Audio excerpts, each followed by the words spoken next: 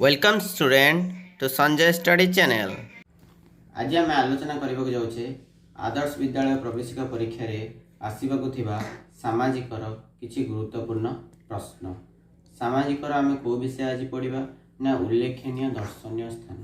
आम भारत में उल्लेखनीय दर्शनीय स्थान तुम मैंने जाच उल्लेखनीय दर्शनीय स्थान कहले कौन जाच ना कह पड़ो शुण कौन ना जोटि आम बुलवाई जाऊे है दर्शनीय स्थान कहले जो दर्शन करने जाऊे दिह होता कि कारुकार्य होता है ठीक अच्छे से जो बुलापी आम जाऊे जो जगह को जाऊे सहीटा को दर्शनीय स्थान कहती। और जो मैंने जाइए मैंने मुझे बर्तमान बुलापी मुझे पुरी बर्तमान देखी है आम ओडिशा तो पुरी प्रसिद्ध तो मुझे पुरी जगन्नाथ मंदिर दर्शन करने तो जोटि जाऊँ दर्शन करने से दर्शनीय स्थान मु जाऊँगी कहली मुझे पर्यटक मन रख जो मैंने जाती से माने पर्यटक और जोटि जाती से दर्शनीय स्थान ठीक है। बर्तमान मुझे बस स्टाण जाऊँगी से दर्शनीय स्थान हेनी यहाँ सब प्रसिद्ध लाभ करते दर्शनीय स्थान है। तो बर्तमान आम आलोचना करवा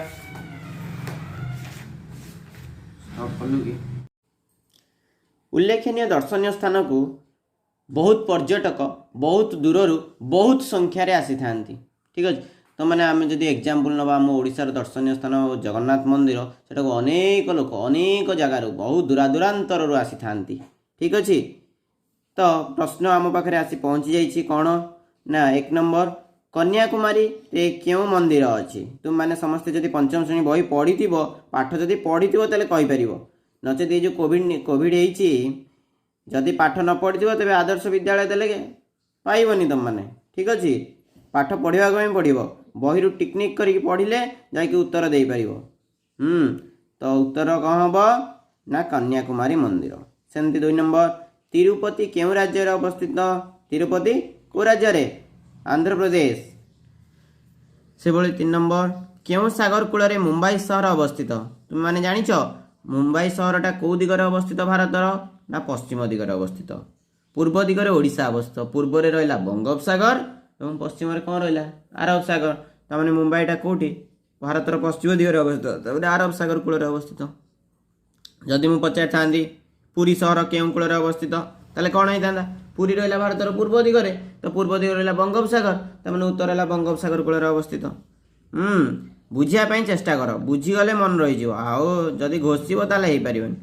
हाँ क्यों नदी कूल ताजमहल अवस्थित तो ताजमहल कौ नदी कूल अवस्थित ना जमुना नदी कूल अवस्थित लाइटा टे मन रखा पड़ो।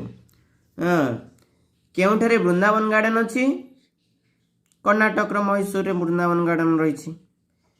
क्वेश्चन नंबर 6 पुरी कौन पर प्रसिद्ध तुम मैंने समस्त जानिच पुरी छोट हो कि बड़ हो कि जी हो को पुरी कुआड़े जाऊँ रे पुरी ना क्या देखा जाऊँ जगह दर्शन तो जगन्नाथ मंदिर।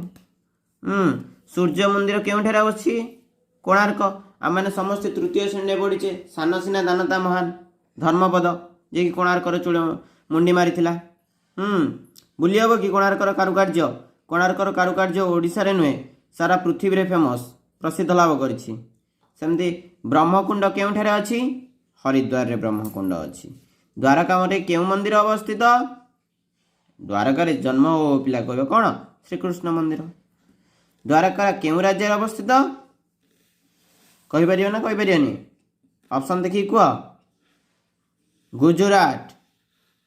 हो क्यों राज्य राजधानी नाम चेन्नई तमिलनाडु। पिला माने मते कहब ओडिशार राजधानी नाम कौन भुवनेश्वर। भारतर राजधानी नाम